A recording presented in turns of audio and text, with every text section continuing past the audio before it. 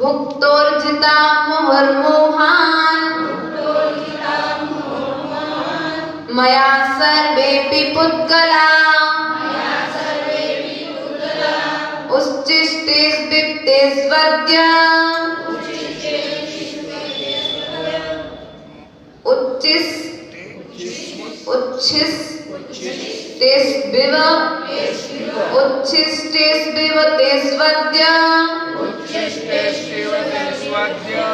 उच्छिष्टेष्विव तेष्वद्य मम विज्ञस्य का स्पृहा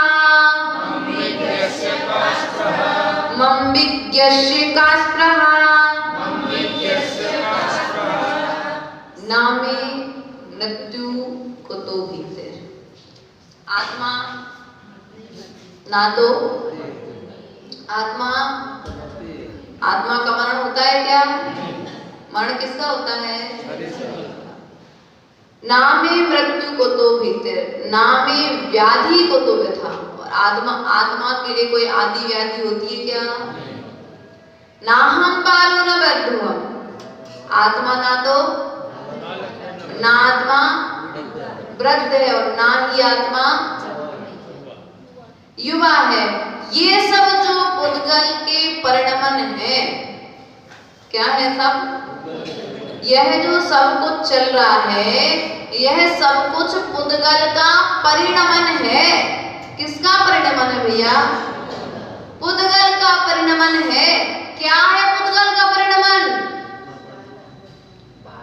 बाल्यावस्था, युवावस्था, वृद्धावस्था, मरना और जन्म लेना। क्या आदि व्याधि जो हो रही है, रोग आदि जो हो रहे हैं, ये किसको हो रहे? आत्मा को कि शरीर को? लेकिन मैंने मान्यता क्या बना करके रखी है? मैं जीव हूं कि शरीर हूं? मुझे रोग हो गया, अरे तुम्हें रोग नहीं हुआ, शरीर को रोग हुआ है। तुम्हारे लिए तो 3 ही रोग है मात्र, जन्म, जरा और मृत्यु। इन 3 रोगों से निपटने के लिए जिन वैणम हो जाए मैडम, जिनेंद्र भगवान के वचनों रूपी औषधि का तुम्हें आश्रय लेना पड़ेगा। तो ये 3 रोग भी तुम्हारे, परंतु शरीर में जो रोग हो रहे हैं, आदि व्याधि हो रही है, असाध्य रोग हो रहे हैं, वो किसके निमित्त से हो रहा है? किसके निमित्त से हो रहा है? किसके निमित्त से हो रहा है? तो क्या साता को साता में बदला जा सकता है? कैसे? असाता को साता में बदला जा सकता है। कैसे? समता पूर्वक। उसमें अपनी ज्ञान बुद्धि लगाओ, अज्ञान बुद्धि मत लगाओ। मोबाइल चलाते हो? मोबाइल तो ये शरीर क्या है? अपने इस फोन की तरह है। उसमें सिम कार्ड, आत्मा क्या है? आत्मा क्या है? आत्मा जो है वह सिम कार्ड की तरह है, और जो अपना शरीर है वह मोबाइल की तरह है। यदि मोबाइल में सिम कार्ड ना हो तो मोबाइल कोई, और सिम, और यदि सिम में बैलेंस ना हो तो सिम कोई काम के बिना दूसरे का वर्चस्व भी नहीं है ना।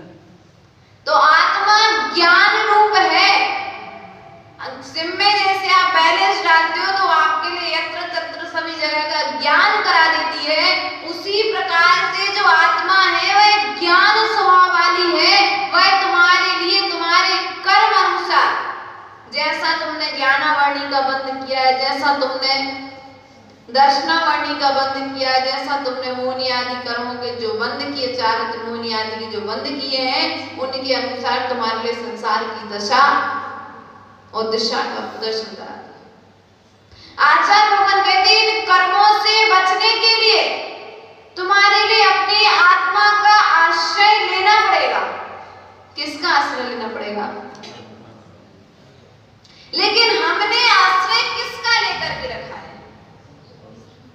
शरीर मोटा हो गया तो मोटा मान लिया, शरीर दुबला हो गया तो शरीर को दुबला मान लिया, शरीर युवावस्था को प्राप्त हो गया तो युवा मान लिया, शरीर वृद्धावस्था को प्राप्त हो गया तो वृद्ध मान लिया, शरीर बालक अवस्था को प्राप्त हो गया तो हमने बालक मान लिया। आचार्य भगवान कहते इस मूर्खता को छोड़ो, ये शरीर का परिणमन चल रहा है, तुम तो जैसे थे वैसे ही हो, तुम्हें तो ये शरीर में परिणमन हुआ है, छोटा होना, बड़ा होना, काला होना, गोरा होना, यह सब तो कर्म के अनुसार आपको मिल रहा है। आत्मा ना तो छोटी हो रही है और ना ही आत्मा बड़ी हो रही है, ना आत्मा गोरी हो रही है और ना ही आत्मा काली हो रही है, ना ही आत्मा वृद्धावस्था को प्राप्त हो रही है और ना ही आत्मा युवावस्था को प्राप्त हो रही है। जैसा तुम चिंतन बनाते जा रहे हो तुम वैसे बनते जा रहे हो। चिंता एक चिंतन होता है और एक चिंता होता है। क्या होती है कोई भाभी? एक चिंतन होता है और एक, आप लोग क्या करते हो दिन रात? इसलिए चिंता चिता, और हम लोग क्या करते हैं? आचार्य भगवत लोग क्या करते हैं? रोज प्रतिपल चिंतन करते हैं, इसलिए उन्हें चिंतामणि भगवान के समान बनने में समय, सभी कर्मों को जलाने में समय। लेकिन हम क्या कर रहे हैं? एक तो कर्म के उदय से संसार में है और उस संसार में आने के पश्चात में भी हम अभी चिंता कर रहे हैं। किसकी चिंता? शरीर की, शरीर की। भैया तुम्हारा पड़ोसी तो फिर भी तुम्हारा सगा हो सकता है, शरीर ना तो कभी किसी का सगा हुआ है और ना कभी होगा। एक पड़ोसी को तो फिर भी तुम पे दया आ जाएगी देवेंद्र भैया, लेकिन इस शरीर को किसी पर दया नहीं आएगी। लेकिन तुम किस पे दया करके बैठे हो? सबसे ज्यादा प्रेम पड़ोसी तुम पे दया कर लेगा, लेकिन तुम्हारा शरीर जब तुम्हें दर्द होगा तो वह तुम पे दया नहीं करेगा। इसलिए भैया इस शरीर से अपनी बुद्धि का त्याग करो, मोह बुद्धि जो लगा करके रखी उसका त्याग करो। हमने आत्मा को बड़ा मान लिया, आत्मा को छोटा मान लिया, आत्मा को वृद्ध मान लिया, आत्मा को सुंदर मान लिया, आत्मा को असुंदर मान लिया। भैया तुम तो सुंदर स्वरूप हो, दिव्य आत्मा स्वरूप हो, सिद्ध आत्मा स्वरूप हो, निराकार हो। तुम्हारा कोई आकार है क्या? आत्मा का कोई आकार है क्या? आत्मा का कोई आकार नहीं है। आत्मा असुंदर नहीं है, वह इतनी सुंदर है कि हमारी आंखों का विषय नहीं बन सकती। हाँ, इतनी सुंदर है आत्मा कि हमारी उद्गल की आंखें उस आत्मा को देख नहीं सकती, लेकिन अनुभव कर सकती है। अनुभव कब करोगे? ज्ञान तो सब है, लेकिन आचरण में ज्ञान तो हमें एक एक चीज का है, लेकिन दर्शन ज्ञान की पूजा के साथ साथ यदि चारित्र आ जाए तो 3 लोक की संपत्ति तुम्हारे चरणों में पड़ी रहेगी।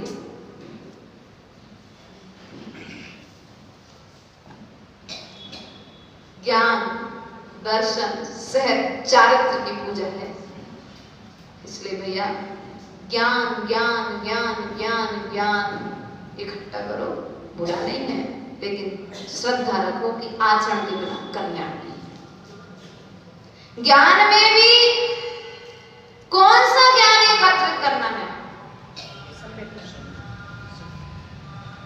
एक तो होता है नाले का पानी और एक होता है नदी का पानी।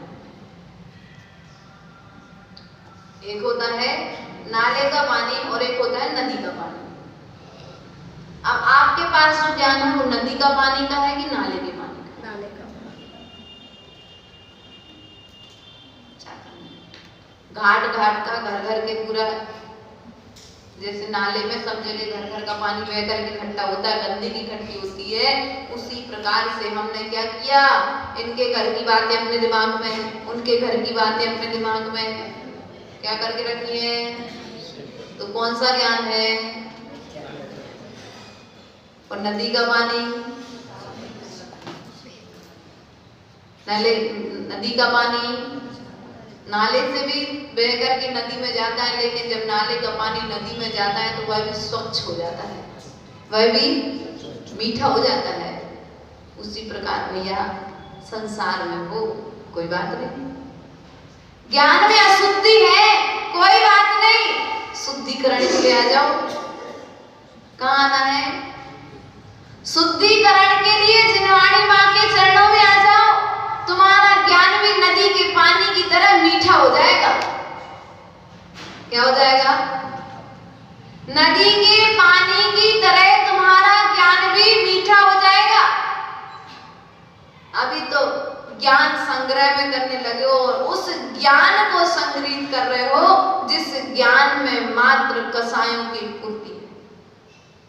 वह नाले का पानी है। हो सकता है कुछ समय आप पीना भी पसंद नहीं करते, देखना भी पसंद नहीं करते हो, तो ऐसे ज्ञान को, ऐसे जल को संग्रहित ही क्यों करना? जिस ज्ञान में हमारा आत्म कल्याण ना हो सके उस ज्ञान को एकत्रित ही क्यों करना? आपसे कह दिया जाए भैया पानी भर लाओ, तो कहाँ पानी भरने जाओगे? नाले के पास कि नदी के पास? आज तो कुआं, हैंडपाइप, बोरिंग घर घर में हो गए, लेकिन पहले नहीं थे तो कहाँ जाते थे? नाले में। क्यों? लेकिन आप कहाँ जा रहे हो? जहां पर आत्म कल्याण की बात नहीं है वो ज्ञान नाले के पानी के समान है। इसको तो ज्ञान के दिया ज्ञान के दिया जाता, बस ज्ञान तक सीमित है यह बात, आचरण तक सीमित। उसे अज्ञान कह दिया, इस बात का भी हमें ज्ञान है।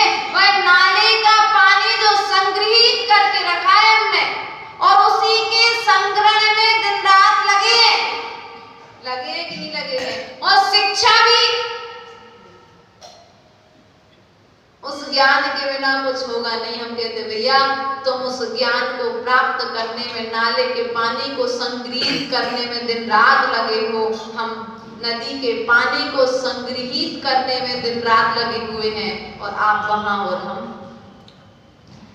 जिन्होंने नदी के पानी को संग्रहित किया वे 3 लोग के, और जिन्होंने नाले के पानी को संग्रहित किया वे संसार में 3 लोग के नाथ, जिनके पास में मात्र आत्म कल्याण के ज्ञान के अलावा कोई दूसरी बात नहीं थी, और हमारे पास में आत्म कल्याण का ज्ञान तो एक तरफ, पर कल्याण और अपने कल्याण के विषय में भी मात्र शरीर के कल्याण का ज्ञान है। आचार्य भगवान कहते हैं तुम्हारा ज्ञान जितना स्ट्रॉन्ग होगा, ताकतवर होगा, स्वच्छ होगा, उतना तुम्हारा चिंतन स्वच्छ होगा, और चिंतन स्वच्छ होगा तो साधना होगी, और साधना स्वच्छ होगी तो सिद्ध बनने में, अर्थात सिद्धि होने में समय। लेकिन हमारी स्थिति क्या है? हमारी स्थिति क्या है अभी वर्तमान में? नाले के पानी को स्वयं ने भी संग्रहित किया, आगे आने वाली पीढ़ी को भी वही शिक्षा दे रहे हैं। यदि हम नदी के पानी को संग्रहित करने की शिक्षा दे दे तो इस सभा में आपके साथ साथ आगे आने वाली पीढ़ी भी। लेकिन हमने नाले के पानी का इतना अधिक महत्व बता दिया है कि उन्हें अभी इस विषय का महत्व का ज्ञान ही नहीं है। हम कहते हैं पैसा कमाओ, पैसा कमाओ, पैसा कमाने की आवश्यकता नहीं है, तो इस ज्ञान को तो संग्रहित करो, पैसा तुम्हारे चरणों में पड़ा रहेगा, तुम्हें उठाने की इच्छा नहीं होगी क्या? बताओ। दिन रात कह रहे इसलिए पढ़ना पड़ता है माता जी क्योंकि पैसा कुछ तो करना पड़ेगा, बड़े होंगे भैया, कमाओ इधर आकर के, ज्ञान कमाओ, पैसा तुम्हें मांगने की, किसी से कहने की आवश्यकता नहीं पड़ेगी, पूर्ति अपने आप हो जाएगी। इसलिए विचार करो, पूर्ति के लिए मत आओ, धन के लिए मत आओ, लेकिन आत्म कल्याण की भावना तो जागृत करो अपने अंदर। आत्म कल्याण की भावना का प्रभाव इतना है कि तुम्हारी भावना सामने वाला अपने आप समझ जाएगा, तुम्हें कहने की आवश्यकता। लेकिन हमारी स्थिति क्या है? हम अपने आत्म स्वभाव से कोसों दूर खड़े हुए हैं। कहां खड़े हुए हैं? अभी पूर्वी की गाथा में अपन ने बताया था,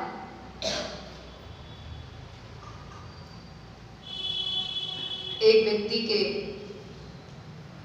3 मित्र रास्ते में चलते चले दिग्देशी में खगायत्य नहीं कोसो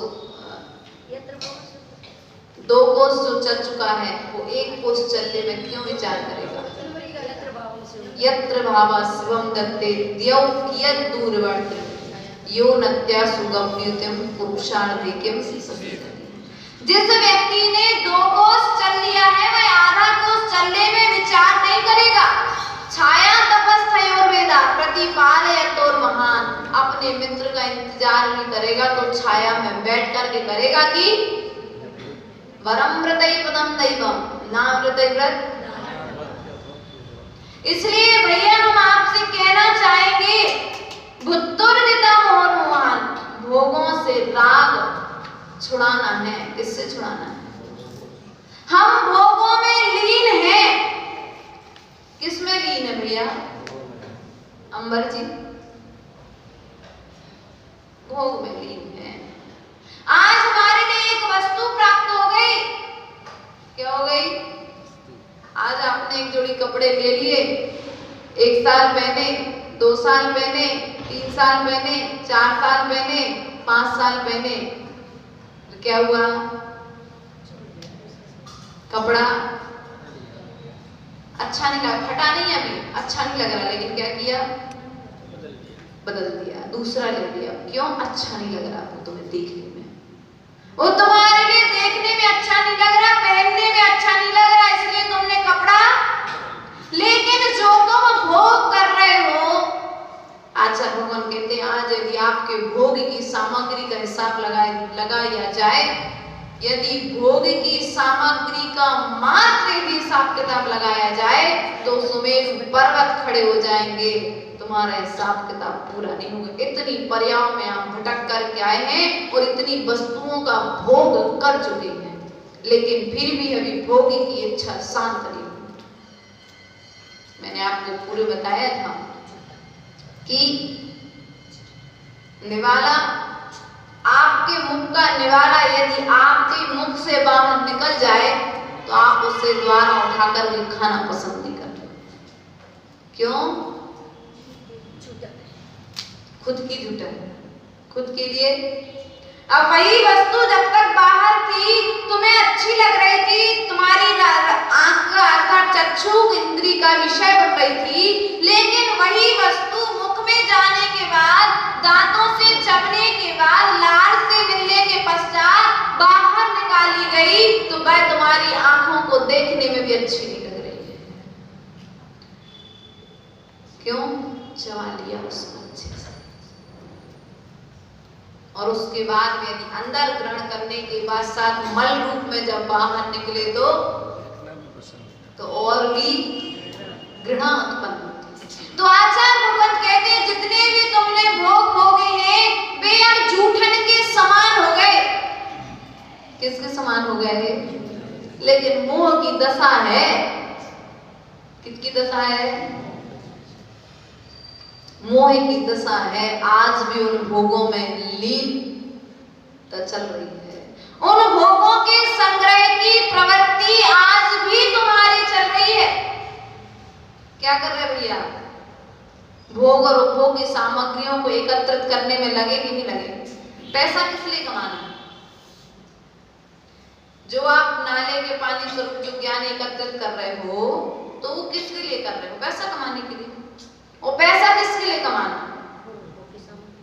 भोग और उपभोग की सामग्री के लिए। आचार्य भगवान कहते हैं जो तुम आज भोग रहे हो अनंत बार भोग चुके हो। और यदि आज त्याग की परंपरा का चिंतन कर लोगे, त्याग की परंपरा को आज अपना लोगे, तो आज एक त्याग करोगे तो अनंत भाव तक पहुंचने में तुम्हारा सभी प्रकार की वस्तुओं का त्याग। एक नियम तो लो, क्योंकि जैन दर्शन मात्र एक ऐसा दर्शन है जिस दर्शन में त्याग की बात कही जाती है, भोग की बात। ज्ञान को भोगो, अज्ञान को नहीं। ज्ञान का भोग करो, लेकिन हमारी स्थिति क्या है? हम वस्तुओं के भोगने में लगे हुए हैं। भुक्तुर्जिता मोहन मोहन मया सर्वे भी पुद्गला। सभी प्रकार से इस पुद्गल की पूर्ति में भोग उपभोग की सामग्रियों को प्राप्त करने में लगे हैं। क्या है ये हमारे लिए? जितनी भी भोग और उपभोग की सामग्री है, वस्तुएं हैं, यह सब हमारे लिए दुख का कारण है, संसार का कारण है। इसलिए भैया हमारा तो निवेदन है, अपने आत्म स्वरूप का चिंतन करो, अपने आत्म स्वरूप में लीन हो जाओ। जब तक आत्म स्वरूप में लीन नहीं होगे, तब तक संसार से पार नहीं होगे। भैया भोग का त्याग कैसे करें? भोजन कर लिया, अब हमारा 4 बजे तक का भोजन करने का त्याग। कल एक दादी माता बैठी थी, बोल रही थी माता जी हम ऐसे ऐसे नियम लेते हैं, आज हमारे 5 जोड़ी वस्त्र पहनने का त्याग। क्या? आज हमारा खांडला नगर से बाहर जाने का त्याग। हमारी अंगूरी दादी भी ऐसे नियम लेती है रोज के रोज। आज हमारा फोन से बात करने का त्याग। आज हम मात्र 5 लोगों से ही फोन पे बात करेंगे, लेकिन इसके आगे सभी लोगों से बात करने का सही बन सकता। जब तक कुछ मुंह में न रहो तब तक के लिए भी त्याग। 2 मिनट बाद तो मैं लग गई, तो जब तक नहीं डाला मुंह में तब तक मेरे त्याग रहेंगे। आप 1 घंटे का त्याग कर दो ना, क्या दिक्कत है? समय सीमा बांधो ना, ये तो प्रमाण हो जाएगा। फिर आपने कह दिया जब तक नहीं खा रहे जब तक का त्याग। जैसे अपने बीच कर लिया तो मैंने बीच का कर लिया, शाम तक नहीं खाया तो ठीक है, लेकिन एक समय मर्यादा बांध लोगे तो और अच्छा रहेगा। इसमें अब ये रहेगा आपको 10 मिनट बाद भूख लगी तो आप 10 मिनट बाद खा लोगे। 10 मिनट तक तो अपने को नियम रहेगा कि माता जी? 10 मिनट आपने समय सीमा नहीं बांधी ना। अभी आपने कहा कि हमने अभी खा लिया है, जब तक हम नहीं खा रहे हैं तब तक हमारा त्याग। 1 मिनट बाद दुकान से ऊपर आए, पानी पीने की इच्छा हो गई, साथ में कुछ रखा था तो एक पकौड़ी मुंह में डाली, पानी पिया और चल दिए, तो काय का नियम है सब? हमारा तो जब तक का नियम था ना, जब तक नहीं खा रहे तब तक का। क्या था तो इस नियम को खाने के बीच में जो आपका आयु का बंद हो गया। बात को समझो आपने कहा कि जब तक हम नहीं खा रहे तब तक हमारा, इस बीच में आप चले जाओगे तो आप कह रहे हैं आपकी अच्छी गति हो जाएगी, लेकिन हम कहते हैं यदि आप समय सीमा बांध लोगे तो और अच्छी गति हो जाएगी। त्याग किया ठीक है, लेकिन उसके बीच में ये हमें इस चीज को समय सीमा से बांधने की बात कही गई है। आप मानो ना 1 घंटे तक नहीं खाएंगे, इसलिए इंद्रियों पे क्या विजय प्राप्त किया आपने? जब लगी तब खा लिया। इंद्रियों पर विजय कहाँ मिली तुम्हें? त्याग किसके लिए है? वो इसलिए माता जी के थोड़े संस्कार ऐसे बढ़ते जाएंगे, फिर समय सीमा बनती जाएगी कि नहीं? तो आपने जब तक का नियम लिया ना, जब तक नहीं खाएंगे तब तक का नियम आपने ये नहीं लिया ना, इंद्रिय कहाँ विजय प्राप्त करी है? त्याग का मतलब क्या है? इंद्रिय विजय। सही कह रहे रूना जी, त्याग का मतलब इंद्रिय विजय। और आपने कह दिया जब तक नहीं खा रहे हैं तब तक का, जब तक हमारे पास सोने के बाला नहीं है तब तक सोने के बाला पहनने का और आगे दूसरे पल में कोई दान देने वाला हो, मिल गया किस्मत से तत्काल। तो इंद्रिय विजय कहां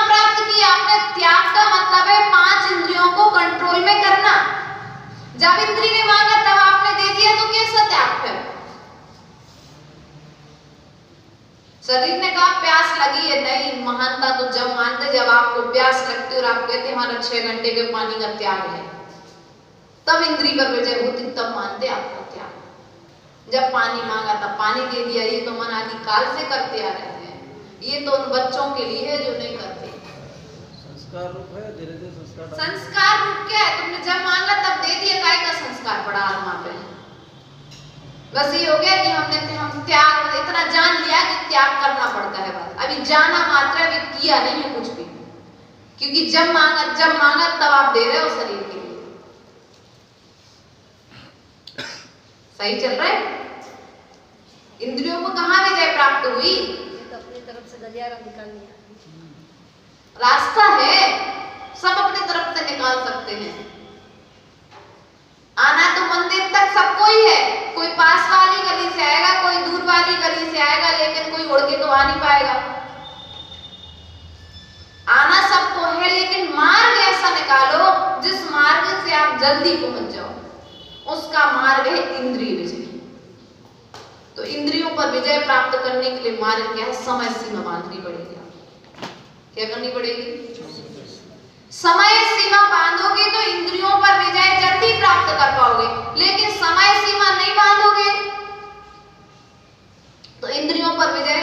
अब दुकान में बैठे 6 घंटे तक प्यास लगी थी, नहीं दे पाए पानी, लेकिन किस कारण से नहीं दे पाए? दुकान में बैठे थे इसलिए नहीं दे पाए, इच्छा तो हुई थी अंदर में।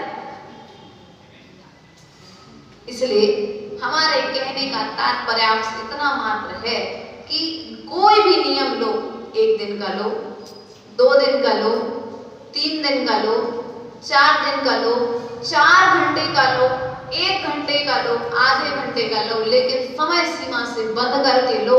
उस समय सीमा के भीतर में यदि आपकी मृत्यु होती है, उस नियम का फल आपको देगा। एक शराबी का उदाहरण आचार्य गुरुदेव के मुख से प्रवचन में कई बार सुना था।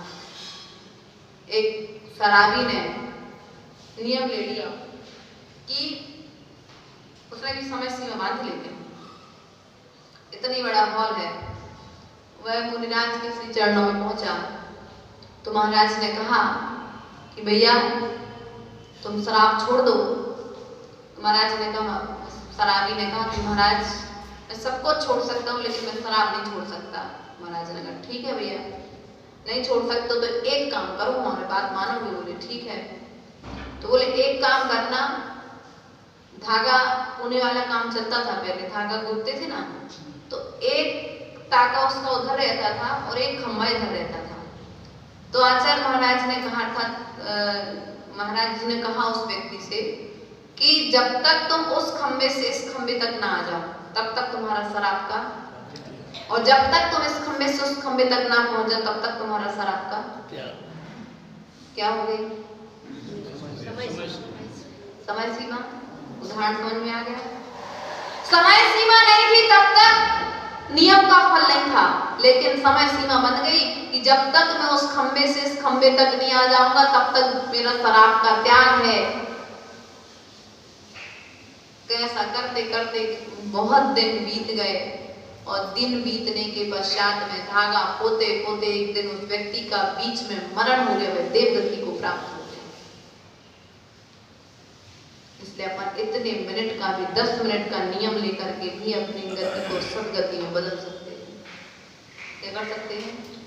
संस्कार बन गया उसका कि मुझे बीच में शराब नहीं पीनी है। मैंने मुनिराज से नियम लिया है, श्रद्धा हो गई। क्या हो गई? शरीर के प्रति, इंद्रियों के प्रति, व्यसनों के प्रति कुछ तो आसक्ति कम हुई कि नहीं हुई? कुछ तो आसक्ति कम हुई कि नहीं हुई? कि हमारी दिन पे दिन बढ़ती चली जा रही है। जैसे कि किसी व्यक्ति को खाज हो जाए तो खुजाने पर दाद खाज होती है ना, किसी व्यक्ति को हो जाए तो खुजाने पर बढ़ती है कि घटती है? लेकिन सामने वाले को क्या लगता है? अच्छा लगता है, कुछ समय के लिए अच्छा लगता है। कुछ समय के लिए तो उसी प्रकार से हमारी स्थिति है, जैसे जैसे तुम्हारा धन बढ़ रहा है वैसे वैसे तुम्हारी आसक्ति बढ़ती चली जा रही है, और आसक्ति बढ़ती चली जा रही है तो यहाँ तुम्हारा संसार भी बढ़ता चला जा रहा है। इसलिए भैया हमारा आपसे इतना ही कहना मात्र है कि इंद्रिय विजय बनो। क्या बनना है? इंद्रियों पर विजय प्राप्त करो, इंद्रिय जय बनो। हमारे तीर्थंकर हुए, हमारे भगवान महावीर स्वामी आदि जो हुए हैं वे इंद्रिय विजय हैं। हमारे तीर्थंकर जो हैं, वर्तमान मुनिराज हैं, वो इंद्रिय जय हैं। पांचों इंद्रियों पर उन्होंने जय प्राप्त कर लिए, विजय प्राप्त कर लिए। हम दूसरे पर शासन करना चाहते हैं। आचार्य भगवान कहते तुम अपनी 5 इंद्रियों पर शासन कर लो, 3 लोक में तुम्हारा शासन हो जाए। अपनी 5 इंद्रियों पर तो शासन करो, 5 इंद्रियों पर तो कंट्रोल करो। किस पर कंट्रोल कर रहे हैं हम? पर। पुत्र को अपने कब्जे में रखना चाहते हैं, बहू को अपने कब्जे में रखना चाहते हैं, पोते को अपने कब्जे में रखना चाहते हैं, परिवार के प्रत्येक सदस्य को अपने कब्जे में रखना चाहते हैं। समाज हमारे अनुसार चले, हमारे बिना कोई